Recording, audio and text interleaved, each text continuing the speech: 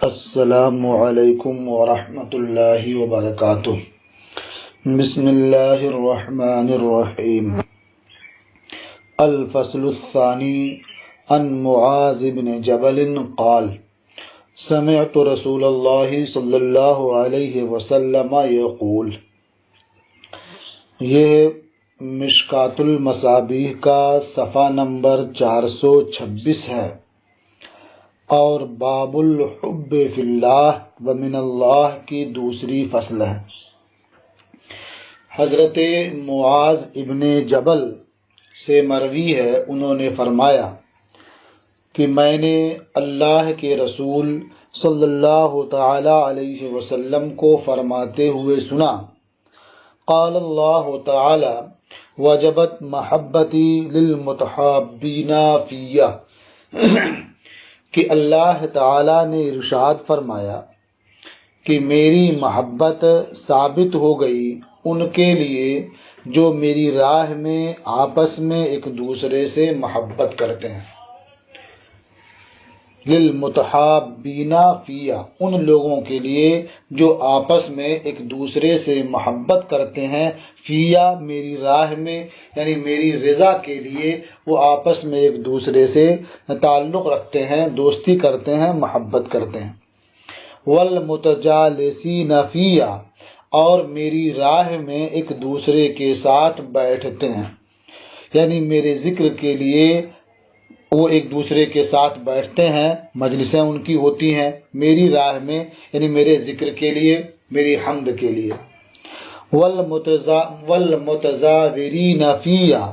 اور میری راہ میں یا میری رضا کے لیے ایک دوسرے سے ملاقات کرتے ہیں، ملتے ہیں۔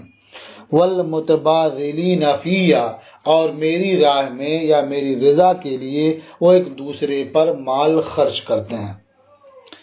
تو گویا جو لوگ میری راہ میں یہ سارے کام کرتے ہیں ان کے لیے میری محبت ثابت ہے، یعنی میں ان سے محبت کرتا ہوں، انہیں محبوب رکھتا ہوں۔ رواہ مالک، اسے امام مالک نے روایت کیا۔ وفی روایت ترمذی قال، اور ترمذی کی روایت میں ہے کہ نبی کریم صلی اللہ تعالی علیہ وسلم نے ارشاد فرمایا، یقول اللہ تعالی المتحابون فی جلالی لہم منابر من نور۔ اللہ تبارک و تعالی فرماتا ہے کہ میری راہ میں ایک دوسرے سے محبت کرنے والوں کے لیے، یا المتحابون فی جلالی، میری جلال کی خاطر ایک دوسرے سے محبت کرنے والوں کے لیے نور کے ممبر ہوں گے۔ منابر من نور، یعنی جو میری عظمت و جلال کی بنیاد پر ایک دوسرے سے محبت کرتے ہیں تو ان کے لیے نور کے ممبر ہوں گے۔ یغبطہم النبیون والشہداء، ان پر انبیاء اور شہداء رشک کریں گے۔ رشک میں ہوتا یہ ہے کہ کوئی دوسرے کی نعمت کو دیکھ کر کے اس جیسی نعمت کے حصول کی آرزو کرے، لیکن جس کی نعمت کو دیکھا ہے اس سے اس نعمت کے زوال کی آرزو نہ ہو، یعنی گویا یہ خیال کرے کہ یہ نعمت اس کے ساتھ ہے، اچھی بات ہے، اس کے ساتھ رہے اور اسی طرح کی نعمت مجھے بھی حاصل ہو جائے، تو اسے رشک کہتے ہیں۔ اور اگر یہ خواہش ہو جائے کہ اس سے وہ نعمت زائل ہو جائے اور مجھے وہ نعمت مل جائے تو اسے حسد کہتے ہیں۔ رشک یہ جائز ہے، حسد یہ ناجائز ہے۔ اب یہاں ایک سوال یہ پیدا ہوتا ہے کہ انبیاء اور شہداء بلا شبہ عام لوگوں سے افضل ہیں، تو پھر عام لوگوں میں جو باہم اس طرح سے محبت کرنے والے ہیں ان پر انبیاء کے رشک کرنے کا کیا معنی ہے؟ تو اس کا ایک معنی یہ ہے کہ انبیاء رشک کریں گے، یعنی ان لوگوں کی مدح و ثنا کریں گے، ان کی تعریف کریں گے کہ یہ کیسے اللہ کے نیک بندے ہیں کہ اللہ تبارک و تعالی نے انہیں یہ بلند مرتبہ عطا فرمایا ہے۔ ایک دوسرا معنی اس کا یہ ہے کہ اگر انبیاء رشک کریں تو اس میں کوئی حرج نہیں ہے۔ بہت ایسا ہوتا ہے کہ مفضول کے اندر کوئی ایسی چیز ہوتی ہے جو فاضل کے اندر نہیں ہوتی ہے، تو اللہ تبارک و تعالی اپنے کرم سے انہیں یہ نعمت عطا فرمائے گا تو اس پر انبیاء رشک کریں گے۔ تو رشک کرنے سے یہ لازم نہیں آتا ہے کہ یہ شخص انبیاء سے افضل ہو گیا۔ اور ایک تیسرا جواب یہ بھی ہے کہ یہ مان کر کے ہے کہ اگر انبیاء اور شہداء کسی پر رشک کریں گے تو یہ وہی لوگ ہوں گے جو اللہ کی راہ میں ایک دوسرے سے محبت کرتے ہیں، ایک دوسرے کے ساتھ اٹھتے بیٹھتے ہیں، ایک دوسرے سے ملاقاتیں کرتے ہیں اور ایک دوسرے پر خرچ کرتے ہیں۔ تو یہ وہی لوگ ہوں گے جن پر انبیاء اور شہداء بھی رشک کریں گے اگر وہ کسی چیز پر رشک کریں گے تو۔ وعن عمر قال، اور حضرت عمر سے مروی ہے، فرمایا قال رسول اللہ صلی اللہ علیہ وسلم ان من عباد اللہ لاناسا ما هم بانبیاء ولا شہداء۔ اللہ کے رسول صلی اللہ تعالی علیہ وسلم نے ارشاد فرمایا، بے شک اللہ کے بندوں میں کچھ لوگ ایسے ہیں جو انبیاء نہیں ہیں، شہداء نہیں ہیں، یغبطہم الانبیاء والشہداء یوم القیامہ، ان پر انبیاء اور شہداء رشک کریں گے روز قیامت۔ کیوں رشک کریں گے؟ بے مکانہم من اللہ، اللہ کی جانب سے ان کے مرتبے کے سبب، یعنی اللہ کی جانب سے انہیں جو مرتبہ ملے گا اس کی وجہ سے انبیاء اور شہداء ان پر رشک کریں گے، حالانکہ وہ نہ تو وہ انبیاء نہیں ہیں اور نہ ہی وہ شہداء ہیں۔ قالوا یا رسول اللہ تخبرنا من ہم، صحابہ نے عرض کیا، اے اللہ کے رسول آپ ہمیں بتائیں کہ وہ کون لوگ ہیں جو انبیاء بھی نہیں ہیں، شہداء بھی نہیں ہیں اور ان کا مرتبہ اتنا بلند ہے کہ انبیاء اور شہداء ان پر رشک کریں گے، تو کون لوگ ہیں؟ قال،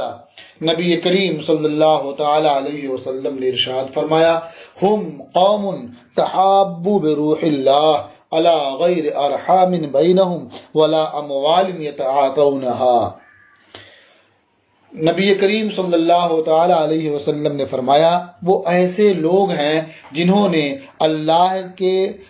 کلام کے سبب ایک دوسرے سے محبت کی۔ روح کا معنی ہوتا ہے جس سے بدن کا قوام ہوتا ہے، یہاں روح سے مراد قرآن کریم ہے، اس لیے کہ اس سے مسلمانوں کی زندگی کا قوام ہے۔ تو اللہ تعالیٰ کے کلام یعنی قرآن کے سبب سے انہوں نے باہم ایک دوسرے سے محبت کی، علی غیر ارحام بینہم، بغیر اس کے کہ ان کے درمیان کوئی رشتہ ہو، کوئی قرابت ہو، ولا اموال یتعاطونہ، اور نہ ان کے درمیان مال کا لینا دینا تھا۔ یعنی یہ محبت جو ان کے آپس میں ہوئی صرف اور صرف اللہ تعالیٰ کی رضا کے لیے، قرآن کریم پر عمل کرنے کی وجہ سے اور قرآن کے فرمان کی وجہ سے۔ ان کے آپس میں کوئی قرابت بھی نہیں تھی، کوئی مالی لین دین بھی نہیں تھا، بس صرف اللہ کے لیے یہ محبت کی۔ فواللہ ان وجوہہم لنور، بخدا یقیناً ان کے چہرے نور ہوں گے، وَإِنَّهُمْ لَعَلَى نور، اور وہ نور پر بیٹھے ہوں گے، یعنی جس جگہ وہ بیٹھے ہوں گے وہ بھی نور ہے، یعنی گویا وہ نور کے تخت پر یا نور کی کرسی پر وہ بیٹھے ہوں گے اور وہ خود ان کے چہرے نور ہوں گے۔ لا یخافون اذا خاف الناس، انہیں کوئی خوف نہیں ہوگا جب اور لوگ ڈر رہے ہوں گے اور لوگ خوف زدہ ہوں گے۔ ولا يحزنون اذا حزن الناس، اور انہیں کوئی غم نہیں ہوگا، کوئی حزن و ملال نہیں ہوگا جب اور لوگ رنجیدہ ہوں گے، غمگین ہوں گے۔ وقرأ هذه الآية، اور نبی کریم صلی اللہ تعالی علیہ وسلم نے اس آیت کی تلاوت فرمائی، الا ان اولیاء اللہ لا خوف علیہم ولا هم يحزنون، سنو بے شک اللہ کے ولیوں کو نہ کوئی خوف ہے اور نہ ہی وہ غمگین ہوں گے، نہ ہی انہیں غم ہوگا، رنج ہوگا۔ تو یہ اللہ کی رضا کے لیے باہم ایک دوسرے سے محبت کرنے والے یہ اللہ کے اولیاء ہیں، اللہ کے دوست ہیں، انہیں کوئی خوف نہیں ہوگا اور کوئی غم بھی نہیں ہوگا۔ اب رشک کرنے کا جواب اوپر والی حدیث میں دیا جا چکا ہے، وہی جواب یہاں بھی ہوگا۔ رواہ ابو داود، اسے ابو داود نے روایت کیا، ورواہ فی شرح السنہ عن ابی مالک، اور شرح السنہ میں اسے ابو مالک سے روایت کیا ہے، مصابیح کے لفظ سے، مع زوائد، کچھ زوائد کے ساتھ، یعنی اس میں کچھ کلمات زیادہ بھی ہیں۔ وکذا فی شعب الایمان، اور اسی طرح سے شعب الایمان میں بھی مروی ہے۔ وعن ابن عباس قال، اور حضرت عبداللہ ابن عباس سے مروی ہے، فرمایا قال رسول اللہ صلی اللہ علیہ وسلم لأبی ذر یا ابا ذر ای عر الایمان اوثق، اللہ کے رسول صلی اللہ تعالی علیہ وسلم نے حضرت ابو ذر سے ارشاد فرمایا، اے ابو ذر، ایمان کی کون سی گرہ زیادہ مضبوط ہے، زیادہ محکم ہے؟ عروہ کی جمع جس کا معنی ہوتا ہے گرہ، اور شاخ معنی بھی ہوتا ہے، تو ایمان کی کون سی شاخ، ایمان کی کون سی گرہ زیادہ محکم ہے، زیادہ مضبوط ہے؟ قال اللہ ورسولہ عالم، حضرت ابو ذر نے عرض کیا کہ اللہ اور اس کے رسول بہتر جانتے ہیں۔ قال الموالات فی اللہ، تو نبی کریم صلی اللہ تعالی علیہ وسلم نے ارشاد فرمایا کہ اللہ کی راہ میں ایک دوسرے کی مدد کرنا، ایک دوسرے سے تعلق رکھنا۔ الموالات فی اللہ، ایک دوسرے سے تعلق رکھنا، ایک دوسرے کی مدد کرنا اللہ کی راہ میں، اللہ کی رضا کے لیے۔ والحب فی اللہ، اور اللہ کی راہ میں محبت کرنا۔ والبغض فی اللہ، اور اللہ کی راہ میں بغض رکھنا۔ یعنی کسی سے دوستی بھی ہے، کسی سے محبت بھی ہے تو بھی اللہ کو راضی کرنے کے لیے ہے، اور کسی سے دشمنی ہے، کسی سے عداوت ہے تو بھی اللہ کو راضی کرنے کے لیے ہے۔ وہ اللہ کے دوستوں سے دوستی ہے اور اللہ کے دشمنوں سے دشمنی ہے۔ رواہ البیہقی فی شعب الایمان، اسے امام بیہقی نے شعب الایمان میں روایت کیا۔ وعن ابی ہریرہ ان النبی صلی اللہ علیہ وسلم قال، اور حضرت ابو ہریرہ سے مروی ہے کہ نبی کریم صلی اللہ تعالی علیہ وسلم نے ارشاد فرمایا، اذا عاد المسلم اخاہ او زارہ، جب مسلمان اپنے بھائی کی عیادت کرتا ہے جبکہ وہ بیمار ہوتا ہے، او زارہ، یا اس کی زیارت کرے جبکہ وہ صحت مند ہو، یعنی مسلمان جب اپنے بھائی کی بیمار پرسی کرے جب وہ بیمار ہو، یا اس سے ملاقات کرے، اس کی زیارت کرے جب وہ صحت مند ہو، قال اللہ تعالی طبتا و طابا ممشاکا، جب یہ مسلمان ایسا کرتا ہے، یعنی اپنے بھائی کی بیمار پرسی کرتا ہے یا اس سے ملاقات کرتا ہے، تو اللہ تعالیٰ ارشاد فرماتا ہے طبتا، تو اچھا ہے، وطابا ممشاکا، اور تیرا چلنا اچھا ہے، یعنی جس کام کے لیے تو گیا ہے یہ چلنے کا سبب جو ہے یہ تیرا اچھا ہے، تو اچھا ہے اور تیرا چلنا اچھا ہے۔ وَتَبَوَّأْتَ مِنَ الْجَنَّةِ مَنزِلًا، اور تو نے جنت سے اپنا ٹھکانہ بنا لیا، یا جنت کی ایک منزل تو نے تیار کر لی۔ یہ خبر کے طور پر بھی ہو سکتا ہے اور انشاء کے طور پر بھی ہو سکتا ہے، یعنی یہ بھی ہو سکتا ہے کہ اس کا معنی ہو طبتا، تو اچھا ہو، تیرا چلنا اچھا ہو اور جنت میں تیرے لیے ٹھکانہ ہو۔ رواہ ترمذی، اسے امام ترمذی نے روایت کیا۔ وقال ھذا حدیث غریب، اور فرمایا کہ یہ حدیث غریب ہے۔ وعن المقدام ابن معدی کربہ عن النبی صلی اللہ علیہ وسلم قال، اور حضرت مقدام ابن معدی کرب سے مروی ہے، وہ نبی کریم صلی اللہ تعالی علیہ وسلم سے روایت کرتے ہیں، حضور صلی اللہ تعالی علیہ وسلم نے ارشاد فرمایا، اذا احب الرجل اخاہ فلیخبرہ انہ یحبہ، کہ جب آدمی اپنے بھائی سے محبت کرے، اس سے دوستی رکھے، تو چاہیے کہ اسے بتا دے کہ یہ اس سے محبت کرتا ہے۔ رواہ ابو داؤد و ترمذی، اسے ابو داؤد اور ترمذی نے روایت کیا ہے۔ یا اس سے صاف سمجھ میں آتا ہے کہ جس کی طرف آپ کا دل مائل ہو، جس سے آپ محبت کرتے ہیں، آپ دوستی رکھتے ہیں اللہ کو راضی کرنے کے لیے، تو آپ اس کو بتا بھی دیں، اس سے اس کا دل بھی آپ کی طرف مائل ہوگا اور اس سے آپ دونوں کی محبت میں اضافہ بھی ہوگا۔ وعن انس قال، اور حضرت انس رضی اللہ تعالی عنہ سے مروی ہے، فرمایا، مر رجل بالنبی صلی اللہ تعالی علیہ وسلم وعندہ الناس، ایک مرد نبی کریم صلی اللہ تعالی علیہ وسلم کے پاس سے گزرا، اس حال میں کہ حضور صلی اللہ تعالی علیہ وسلم کے پاس کچھ لوگ موجود تھے۔ فقال رجل ممن عنده انی لاحب ھذا للہ، تو ان میں سے جو نبی کریم صلی اللہ تعالی علیہ وسلم کے پاس موجود تھے، ایک مرد نے کہا کہ میں اس سے محبت کرتا ہوں اللہ کی رضا کے لیے، انی لاحب ھذا للہ، یقیناً میں اسے چاہتا ہوں، اس سے محبت کرتا ہوں اللہ کی رضا کے لیے۔ فقال النبی صلی اللہ علیہ وسلم اعلمتہ، تو نبی کریم صلی اللہ تعالی علیہ وسلم نے ارشاد فرمایا، کیا تو نے اسے بتا دیا ہے کہ تو اس سے محبت کرتا ہے؟ قال اللہ، انہوں نے عرض کیا، نہیں یا رسول اللہ، میں نے تو بتایا نہیں ہے۔ قال قم الیہ، تو نبی کریم صلی اللہ تعالی علیہ وسلم نے ارشاد فرمایا، قم الیہ، تم اس کے پاس جاؤ، اٹھ کر اس کے پاس جاؤ، فعالم ہو، اور اسے بتاؤ کہ تم مجھ سے محبت کرتے ہو۔ فقام الیہ، تو وہ شخص اٹھ کر کے اس مرد کے پاس گیا، فعالمہ، اور اسے یہ بات بتائی کہ وہ اس سے محبت کرتا ہے۔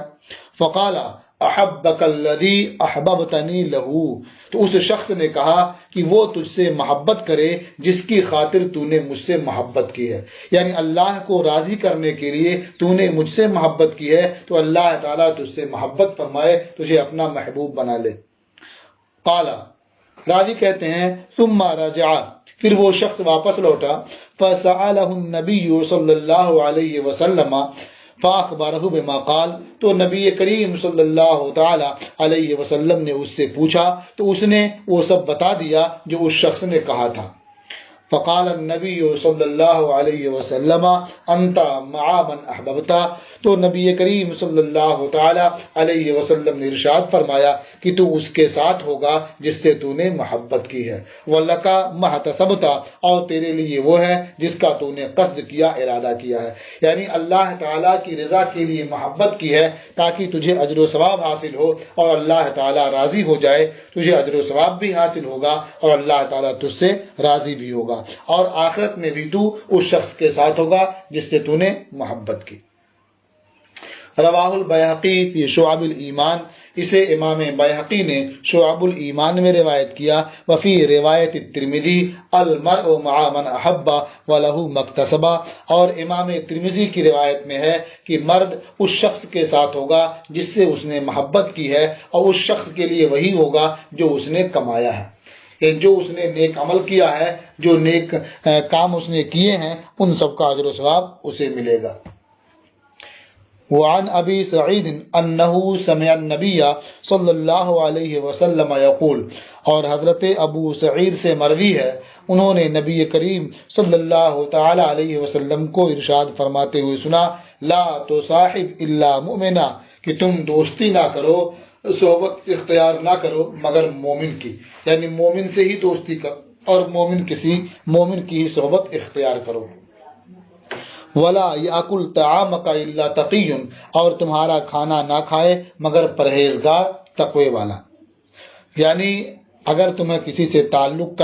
قائم کرنا ہے، کسی کے ساتھ اٹھنا بیٹھنا ہے، تو اس کے لیے تمہیں کسی مومن آدمی کو چننا چاہیے، اس کی صحبت تمہیں اختیار کرنی چاہیے، اس لیے کہ المرء مع من احب، تم اگر مومن کے علاوہ کسی اور سے تعلق رکھو گے، ان سے محبت رکھو گے، تو تمہارا حشر بھی اس کے ساتھ ہوگا، اس لیے تمہیں مومن سے ہی تعلق رکھنا چاہیے، اس سے محبت کرنی چاہیے۔ اور یوں بھی کوئی بھی اللہ کا دشمن کبھی بھی تمہارا دوست نہیں ہو سکتا۔ اور تمہارا کھانا نہ کھائے مگر پرہیزگار، یعنی کھانا کھلانا ہو، دعوت دینی ہو تو نیک اور صالح لوگوں کو دعوت دیجیے، انہیں کھلائیے، یا اس کا مطلب یہ ہے کہ اپنی کمائی کو حلال اور پاکیزہ بناؤ تاکہ تمہارا کھانا نیک اور صالح لوگ بھی کھا سکیں۔ تو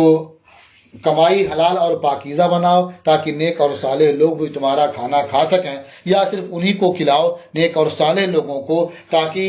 تمہارا یہ کھلانا اللہ کی بارگاہ مقبول ہو اور اللہ تعالیٰ تمہیں اس کی برکتیں عطا فرمائے۔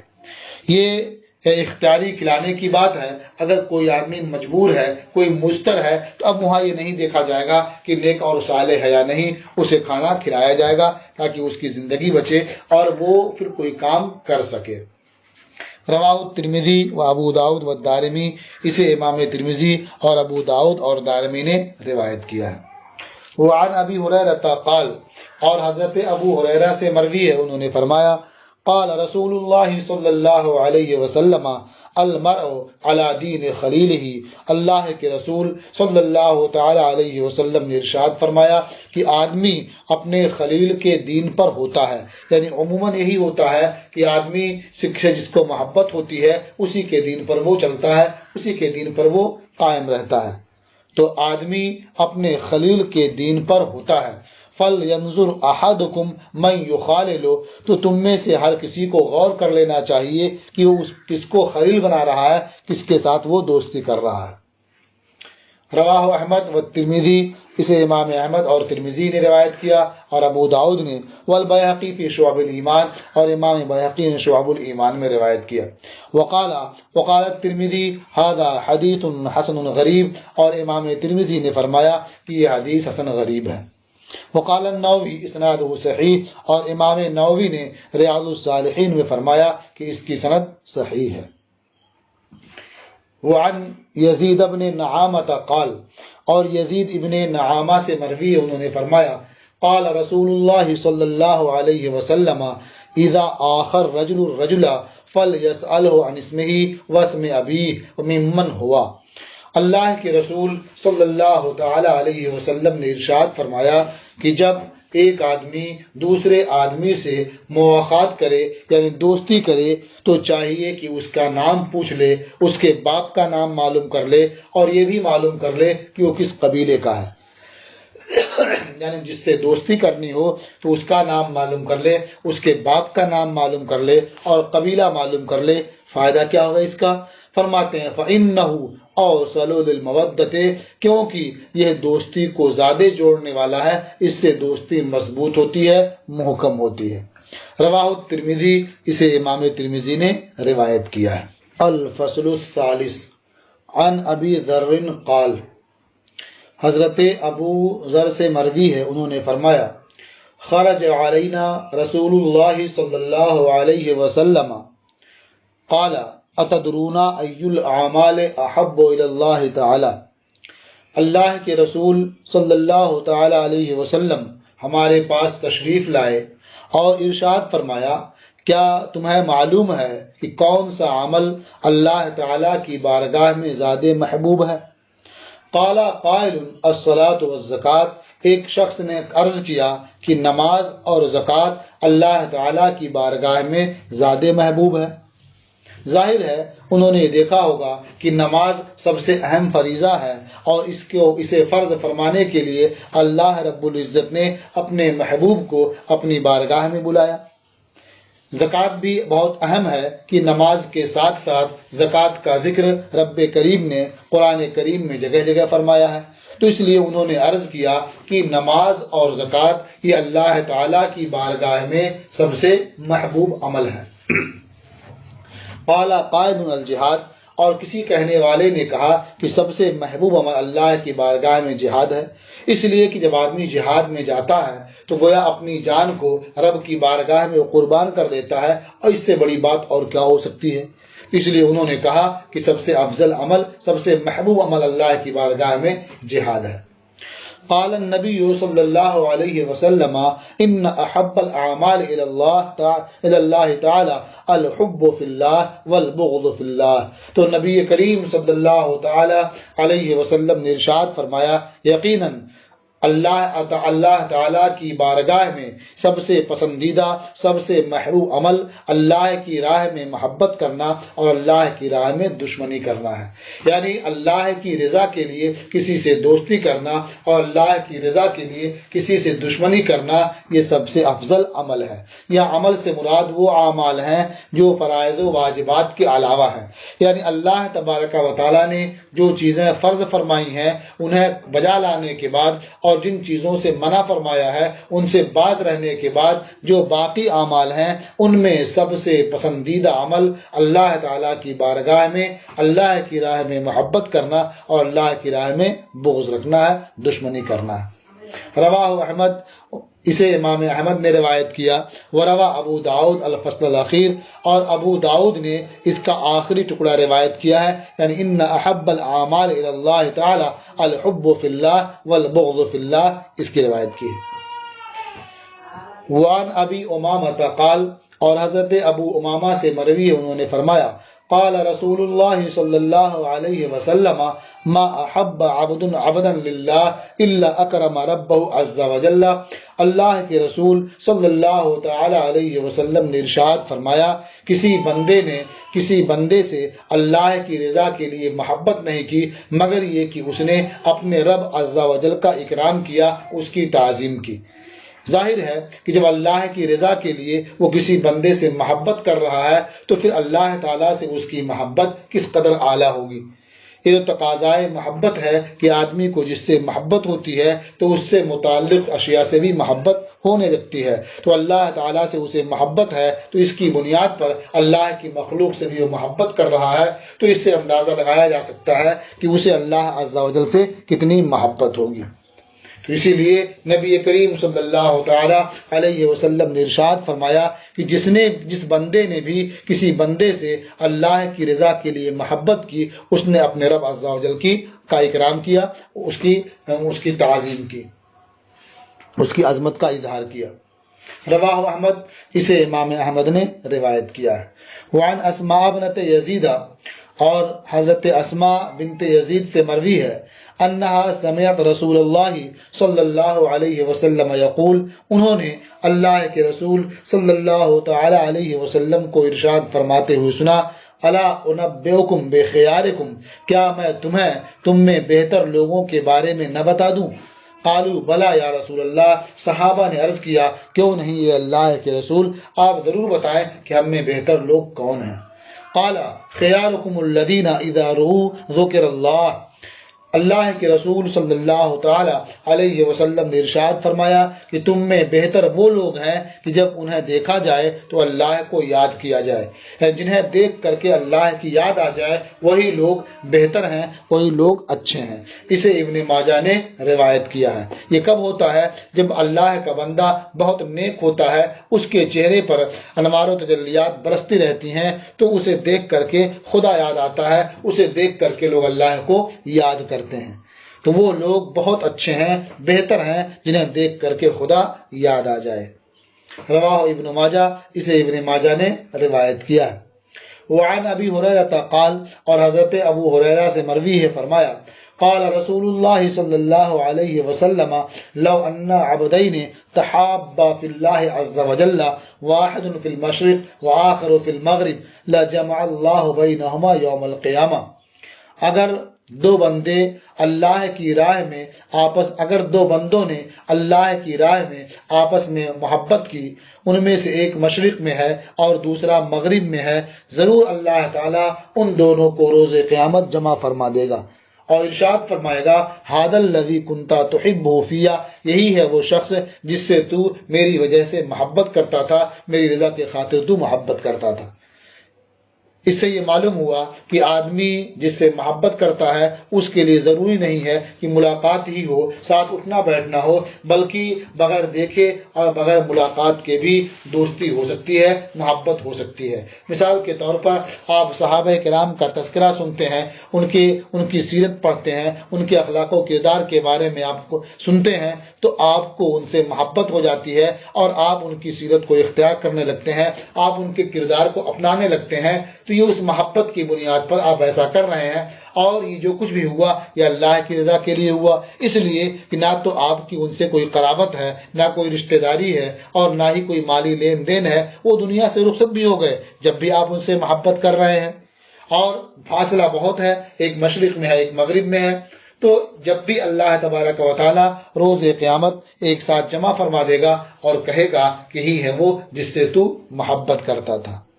تو اس سے معلوم ہوا کہ آدمی کو اللہ کے نیک بندوں سے محبت کرنی چاہیے، اللہ کے اولیاء سے محبت کرنی چاہیے، اگرچہ ان سے ملاقات کا موقع نہ مل سکے یا ان سے ملاقات نہ ہو سکے۔ وعن ابی رزین انہ قال له رسول اللہ صلی اللہ علیہ وسلم، اور حضرت ابو رزین سے مروی ہے کہ اللہ کے رسول صلی اللہ تعالی علیہ وسلم نے ان سے ارشاد فرمایا الا ادلک علی ملاک ھذا الامر الذی تصیب بہ خیر الدنیا والآخرہ، کیا میں تمہیں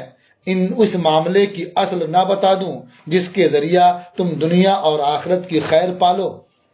اس معاملے کی اصل میں تمہیں بتا دوں جس کے سبب سے تم دنیا اور آخرت کی بھلائی حاصل کر لو، پالو۔ تو اس کے بعد آپ نے فرمایا علیکا بے مجالس اہل ذکر، اہل ذکر کی مجلسیں اختیار کرنا تم پر لازم ہے، یعنی جہاں اللہ کا ذکر ہو رہا ہو ان مجلسوں کو تم اختیار کرو، ان مجلسوں میں رہو گے تو تم اللہ کا ذکر کرو گے۔ وَإِذَا خَلَوْتَ، اور جب تم تنہا ہو، فَحَرِّكْ لِسَانَكَ مَا اسْتَطَعْتَ بِذِكْرِ اللَّهِ، تو اپنی زبان کو حرکت دو جتنا تم سے ہو سکے اللہ کی یاد میں، یعنی جب تنہا رہو تو اللہ تعالیٰ کی یاد سے تمہاری زبان تر رہے۔ وَأَحِبَّ فِي اللَّهِ وَبَغِضْ فِي اللَّهِ، اور اللہ کی راہ میں کسی سے محبت کرو اور اللہ کی راہ میں کسی سے دشمنی کرو، یعنی کسی سے دوستی بھی ہو تو اللہ کے لیے ہو، دشمنی بھی ہو تو اللہ کے لیے ہو۔ تو یہ ایسا عمل ہے جس سے تمہارے سارے معاملات صحیح ہو جائیں گے، اس سے تم دنیا کی خیر بھی حاصل کر لو گے اور آخرت کی خیر بھی پالو گے۔ یا ابا رزین هل شعرت ان الرجل اذا خرج من بیته زائرا اخاه شیعه 70,000 ملک۔ ابو رزین، کیا تمہیں پتہ ہے، کیا تمہیں معلوم ہے کہ آدمی مرد جب اپنے گھر سے اپنے بھائی سے ملاقات کرنے کے لیے نکلتا ہے، شیعہ 70,000 ملک، تو 70,000 فرشتے اس کے ساتھ جاتے ہیں، یعنی 70,000 فرشتے اسے پہنچاتے ہیں۔ کلہم یصلون علیہ، سب کے سب اس کے لیے دعا کرتے ہیں۔ وَيَقُولُونَ، اور کہتے ہیں ربنا انہ وصل فیک، اے ہمارے پروردگار اس نے تیری راہ میں تیری رضا کے لیے دوستی کی ہے، فاصل ہو تو اس سے دوستی فرما، تو اسے جوڑ دے۔ فَإِنِ اسْتَطَعْتَ أَن تُعْمِلَ جَسَدَكَ فِي ذَلِكَ فَافْعَلْ، تو اگر تجھ سے ہو سکے کہ تو اپنے جسم کو ان تمام کاموں میں لگاؤ تو ایسا ہی کرو، یعنی تم اپنے اعضاء کو، اپنی زبان کو ان کاموں میں لگا سکو تو ایسا ہی کرو، اس سے تمہاری دنیا بھی بہتر ہوگی اور تمہاری آخرت بھی بہتر ہوگی۔ وعن ابی ہریرہ قال، اور حضرت ابو ہریرہ سے مروی ہے، انہوں نے فرمایا کنت مع رسول اللہ صلی اللہ علیہ وسلم، کہ میں اللہ کے رسول صلی اللہ تعالی علیہ وسلم کے ساتھ تھا۔ فقال رسول اللہ صلی اللہ علیہ وسلم انا فی الجنت لعمودا من یاقوت، اللہ کے رسول صلی اللہ تعالی علیہ وسلم نے ارشاد فرمایا کہ بے شک جنت میں یاقوت کے ستون ہیں، علیہ غرف من زبرجد، اور ان ستونوں کے اوپر زبرجد کے بالا خانے ہیں، لہا ابواب مفتحہ، اور ان کے کھلے ہوئے دروازے ہیں، تضیء کما یضیء الکوکب الدری، اور وہ ایسے روشن اور تابناک ہیں جیسے تابندہ ستارہ روشن اور تابناک ہوتا ہے۔ فقالوا یا رسول اللہ من یسکنھا، صحابہ نے عرض کیا اے اللہ کے رسول ان بالا خانوں میں کون لوگ رہیں گے؟ قال المتحابون فی اللہ، اللہ کے رسول صلی اللہ تعالی علیہ وسلم نے ارشاد فرمایا کہ اللہ کی راہ میں ایک دوسرے سے محبت کرنے والے اس میں رہیں گے، والمتجالسون فی اللہ، اور اللہ کی راہ میں ایک دوسرے کے ساتھ بیٹھنے والے اس میں رہیں گے، والمتلاقون فی اللہ، اور اللہ کی راہ میں اللہ کی رضا کے لیے ایک دوسرے سے ملاقات کرنے والے اس میں رہیں گے، یعنی جو دوستی کرتے ہیں اللہ کی رضا کے لیے، دشمنی کرتے ہیں اللہ کی رضا کے لیے، وہی لوگ ان بالا خانوں میں رہیں گے۔ روى البیہقی الاحادیث الثلاثہ فی شعب الایمان، یہ آخر کی تینوں حدیثوں کی روایت امام بیہقی نے شعب الایمان میں کی ہے۔ یہ باب الحب فی اللہ ومن اللہ یہ ختم ہوا۔ اب اس کے بعد دوسرا باب شروع ہوتا ہے، باب ما ینہی عنہ من التہاجر، باب ما ینہی عنہ من التہاجر والتقاطع واتباع العورات، یہ باب ہے ان امور کا جن سے منع کیا جاتا ہے، جن سے نہیں کی جاتی ہے، مثلا ایک دوسرے کو چھوڑ دینا، ایک دوسرے سے قطع تعلق کر لینا، اور عورات کے پیچھے پڑنا، چھپی باتوں کی تلاش و جستجو میں پڑنا، یعنی عیب جوئی کرنا۔ تو اب یہ کہہ سکتے ہیں کہ یہ باب ہے قطع تعلق کرنے اور دوسروں کی عیب جوئی کرنے کی ممانعت کے بیان میں۔ بابو ما ینہی عنہ، یہ باب اس کا ہے جس سے روکا جاتا ہے، منع کیا جاتا ہے۔ اب یہ اسی کا یہ بیان ہے، من التہاجر، مثلا ایک دوسرے سے الگ ہو جانا، والتقاطع، ایک دوسرے سے قطع تعلق کر لینا، واتباع العورات، اور پوشیدہ چیزوں کے پیچھے پڑنا یعنی عیب جوئی کرنا۔ الفصل الاول عن ابی ایوب الانصاری قال، حضرت ابو ایوب انصاری سے مروی ہے، انہوں نے فرمایا قال رسول اللہ صلی اللہ علیہ وسلم لا يحل للرجل ان يهجر اخاه فوق 3 لیال۔ اللہ کے رسول صلی اللہ تعالی علیہ وسلم نے ارشاد فرمایا کہ مرد کے لیے حلال نہیں ہے کہ وہ اپنے بھائی کو 3 شب سے زیادہ چھوڑے رکھے۔ یلتقیان، کہ وہ دونوں باہم ملاقات کریں، وَيُعْرِضُ هَذَا وَيُعْرِضُ هَذَا، تو یہ اس سے اپنا چہرہ پھیر لے اور یہ اس سے اپنا چہرہ پھیر لے، تو یہ کسی مرد کے لیے حلال نہیں ہے۔ وَخَيْرُهُمَا الَّذِي يَبْدَأُ بِالسَّلَامِ، اور ان دونوں میں بہتر وہ ہے جو پہلے سلام کرے، یا جو سلام کرنے میں پہل کرے وہی ان دونوں میں بہتر ہے۔ متفق علیہ، یہ حدیث متفق علیہ ہے۔ تو اس میں تہاجر کی ممانعت ہے، صاف فرمایا گیا کہ مرد کے لیے یہ حلال نہیں ہے۔ یہ دنیاوی وجوہات کی بنیاد پر ہے۔ اگر دینی وجوہ کی بنیاد پر کسی سے قطع تعلق کر لیتے ہیں، کسی کو الگ کر لیتے ہیں، تو اس میں کوئی حرج نہیں ہے، یہ جائز ہے، بلکہ بسا اوقات یہ ضروری ہوتا ہے۔ جب کسی کو راہ راست پر لانا ہوتا وہ نہیں مانتا ہے تو اس کا سماجی بائیکاٹ کر دیا جاتا ہے، قطع تعلق کر لیا جاتا ہے تاکہ وہ راہ راست پر آ جائے، اس میں کوئی حرج نہیں ہے۔ یہاں مراد یہ ہے کہ اپنی آپسی لڑائی کی بنیاد پر، جھگڑے کی بنیاد پر، دنیا کے کسی مسئلے کی بنیاد پر ایسا کرنا یہ روا نہیں ہے۔ وعن ابی ہریرہ قال، اور حضرت ابو ہریرہ سے مروی انہوں نے فرمایا قال رسول اللہ صلی اللہ علیہ وسلم ایاکم والظن، اللہ کے رسول صلی اللہ تعالی علیہ وسلم نے ارشاد فرمایا کہ بدگمانی سے بچو، فإن الظن اکذب الحدیث، کیونکہ بدگمانی سب سے بڑا جھوٹ ہے۔ ولا تحسسوا، اور ایک دوسرے کی خفیہ باتیں نہ سنو، ولا تجسسوا، اور دوسرے کی عیب جوئی نہ کرو، ولا تناجشوا، اور دوسرے پر برتری نہ جتاؤ، ولا تحاسدوا، اور ایک دوسرے سے حسد نہ کرو، ولا تباغضوا، اور ایک دوسرے سے بغض نہ رکھو، ولا تدابروا، اور ایک دوسرے کی غیبت نہ کرو، وکونوا عباد اللہ اخوانا، اور اللہ کے بندے بھائی بھائی ہو جاؤ، وفی روایت ولا تنافسوا، اور ایک روایت میں ہے کہ نفسانیت نہ کرو، یعنی کسی مسئلے کو انا کا مسئلہ نہ بنا لو، بلکہ سنجیدگی سے اللہ کو راضی کرنے کے لیے اس مسئلے کو حل کر لو۔ وعنہ قال، اور انہی سے مروی فرمایا قال رسول اللہ صلی اللہ علیہ وسلم یفتح ابواب الجنہ یوم الاثنین و یوم الخمیس، اللہ کے رسول صلی اللہ تعالی علیہ وسلم نے ارشاد فرمایا کہ جنت کے دروازے پیر کے روز اور جمعرات کو کھولے جاتے ہیں،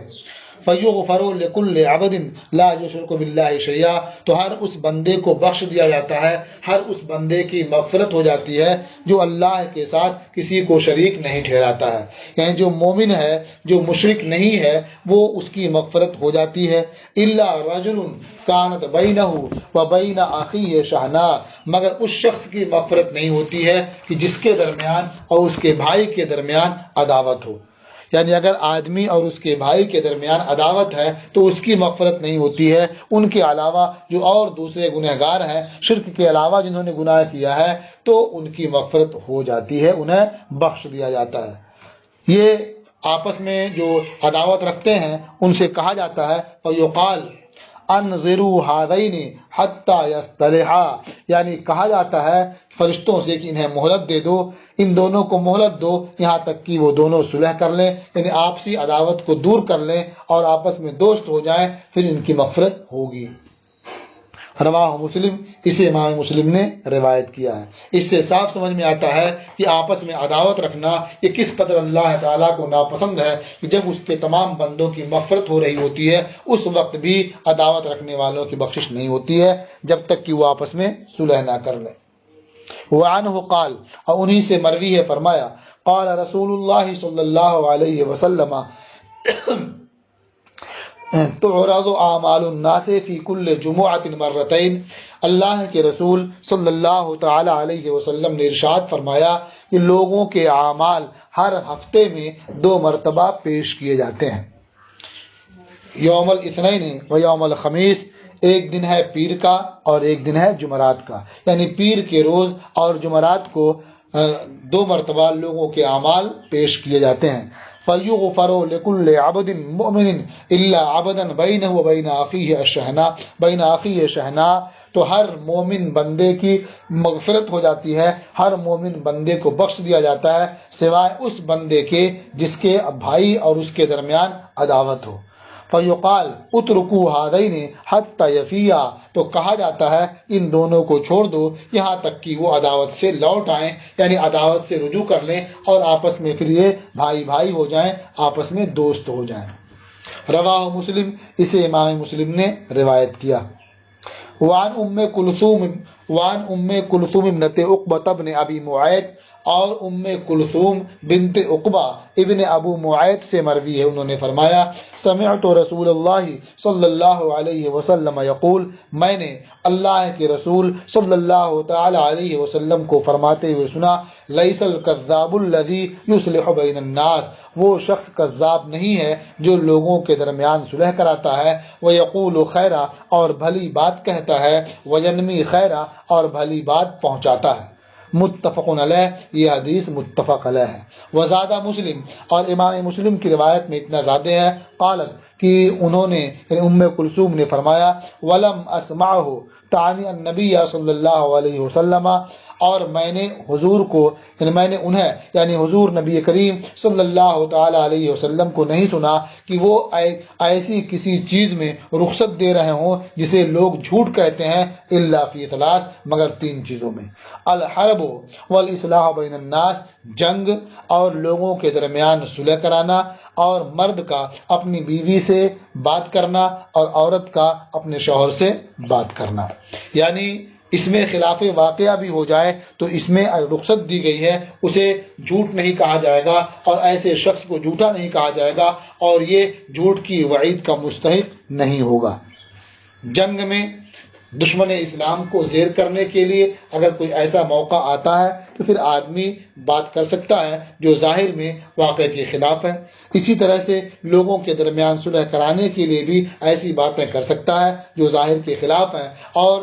ایک کی بات اس تک پہنچا سکتا ہے، اس کی بات اس تک پہنچا سکتا ہے کہ کیونکہ یہ بات خیر ہوتی ہے اور اس کا مقصد بھی خیری ہوتا ہے۔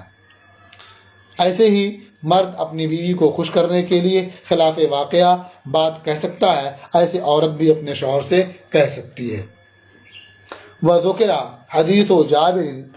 اور حضرت جابر کی حدیث، ان الشیطان قد ایسا، یہ باب الوسوسہ میں ذکر کی جا چکی ہے، یعنی ان الشیطان قد ایسا، یہ حدیث مصابیح میں اسی جگہ تھی لیکن مشکات میں اسے باب الوسوسہ میں ذکر کر دیا گیا ہے۔ تو اس طرح یہ باب ما ینہی عنہ من التہاجر کی پہلی فصل ختم ہوئی اور آج کا آپ کا سبق بھی پورا ہوا۔ السلام علیکم ورحمۃ اللہ تعالی وبرکاتہ۔